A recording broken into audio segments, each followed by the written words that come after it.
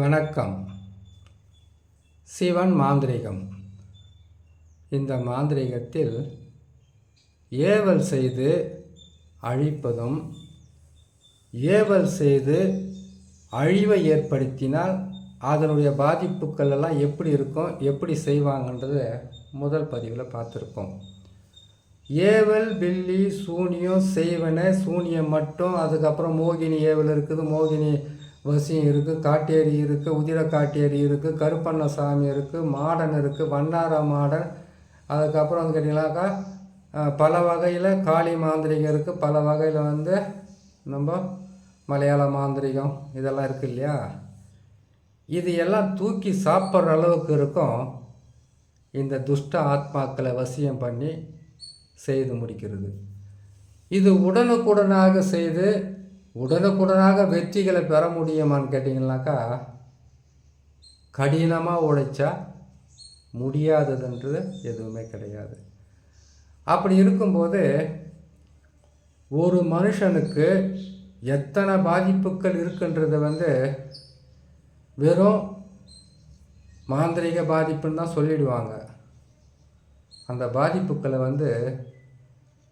செவ்வாய்க்கிழமை இறந்தவங்களுடைய எரிச்ச சாம்பல் இருந்தால் வீட்டில் சண்டை நடக்கிறது, ஒருத்தருக்கு ஒருத்தர் அடிச்சுக்கிறது, போலீஸ் ஸ்டேஷன் கோர்ட் வரைக்கும் போகிறது, நல்லா இருந்த குடும்பம் சர்வ நாசமாகிறது, அந்த குடும்பத்தில் எந்த விதமான நடமாட்டமோ ஆளே இல்லாத வீட்டை விட்டுட்டு வெளியில் போகிற மாதிரி செய்கிறது, பைத்தியம் பிடிக்கிற மாதிரி செய்கிறது, கை கால் விபத்து ஏற்பட்டு போகிறது, இல்லைன்னா பக்கவாதம் வர்ற மாதிரி செய்கிறது. அப்படி இல்லைன்னு கேட்டிங்கன்னாக்கா இந்த உருவ பொம்மைகளில் பன்றியோட முள்ளில் பன்றியோட நெய்யும் அதனுடைய உதிரத்தையும் கலந்து ஊசி குத்துனாங்கன்னாக்கா குத்துற இடம் மட்டும் அவங்க எங்கே குத்துறாங்க பாருங்கள் அங்கே வலிக்கும். அது நெஞ்சு வலி வர்ற மாதிரி குத்தலாம், வயிற்று வலி வர்ற மாதிரி குத்தலாம், ஒத்த தலைவலி வர்ற மாதிரி குத்தி விடுவாங்க.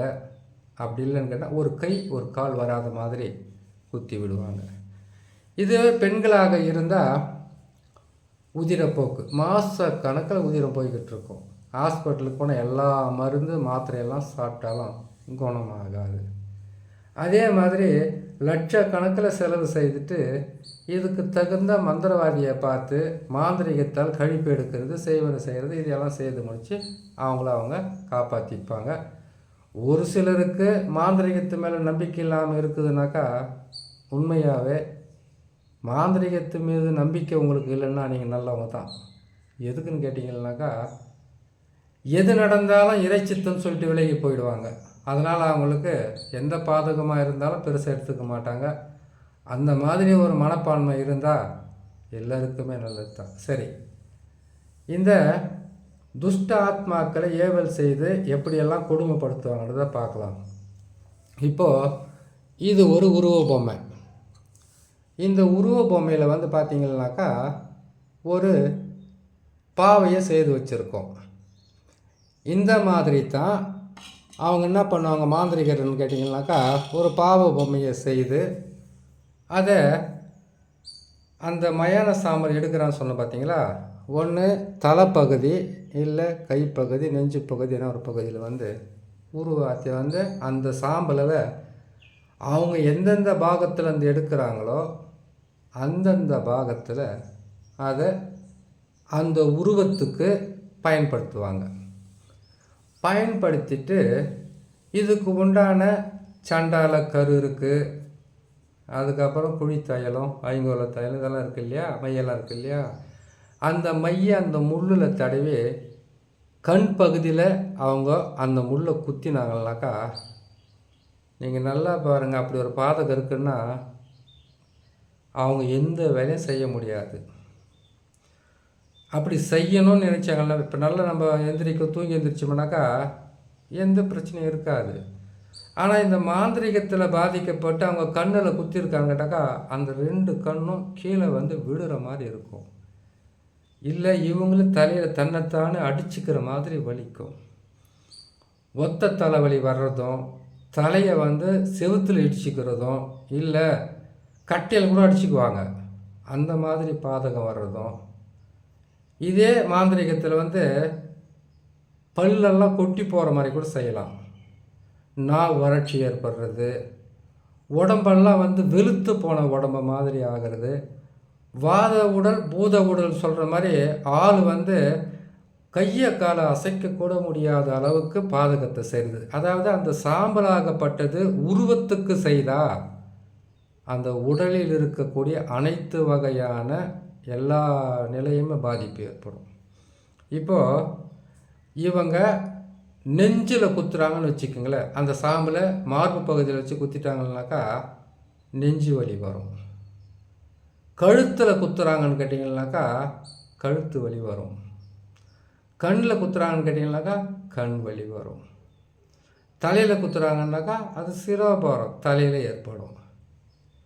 இப்போ காலில் குத்துறாங்கன்னா காலில். இதையே கட்டுக்கொடி வச்சு கட்டு போட்டு அதுக்கு போட்டாங்கன்னாக்கா அதுதான் பக்கவாதம் வர்றது.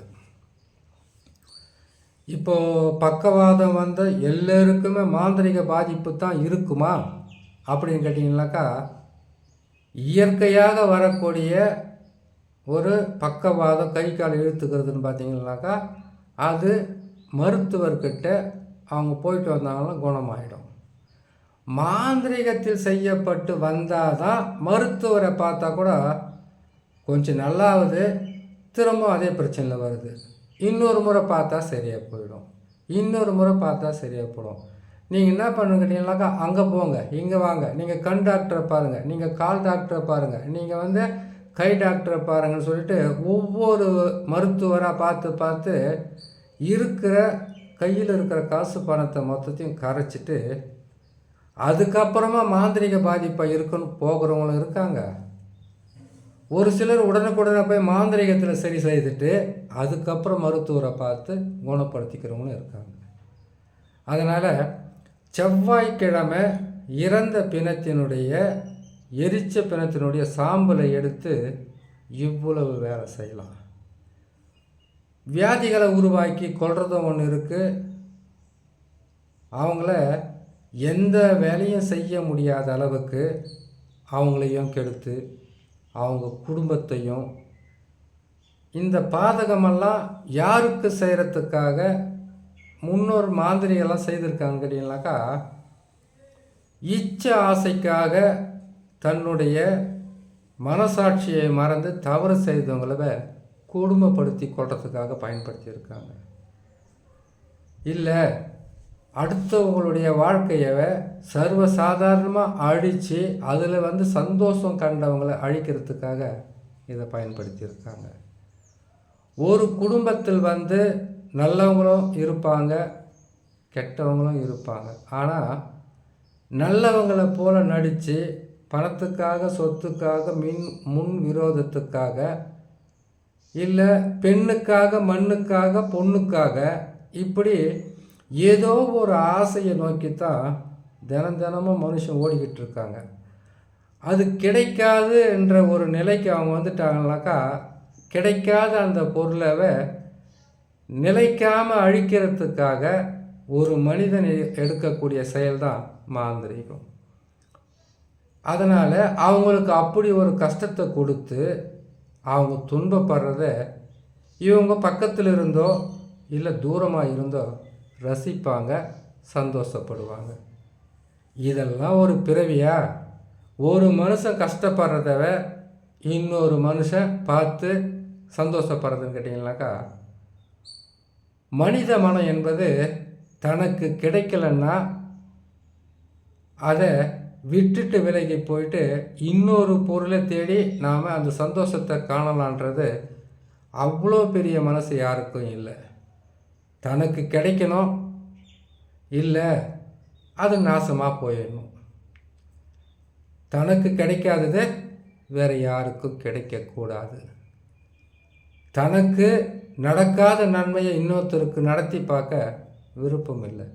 சரி, இந்த மாதிரி தியாகம் பண்ணுறவங்கெல்லாம் கூட நாட்டில் நிறைய பேர் இருக்காங்கன்னு கேட்டிங்கனாக்கா, ஒன்று அவங்களுக்கு செலவு பண்ணி செய்ய பணம் இருக்காது, இல்லைன்னாக்கா அவங்களுக்கு சம்பாதிக்கிறதுக்கு உண்டான வழியும் இருக்காது. அவங்க தான் தியாகிகள். மற்றபடி கையில் காசு பணம் இருக்குன்னாக்கா தான் ஆசைப்பட்ட பொருள் எதுவாக இருந்தாலும் அடையணும். அடைய முடியலன்னா அழிக்க முயற்சி செய்வாங்க. அப்படி ஒரு பாதகமாக இருந்தால் முதலில் மாந்திரீகத்தில் ஏற்பட்டிருக்கிற ஏவல், பில்லி, சூனியம், செய்வன பாதிப்பை எடுத்து இந்த மாதிரி பாதகம் இருந்தால் உங்களை காப்பாற்றிக்கிறது தான் நல்லதாக இருக்கும். முயற்சி செய்து பாருங்கள். இன்னொரு நல்ல பதிவில் இதே செவ்வாய்க்கிழமை இறந்தவங்களுடைய சாம்பலை வச்சு இன்னும் என்ன கொடூரமாக செய்கிறாங்கன்றதை நான் போகிறேன், கேட்டு பயன்பெறுங்க.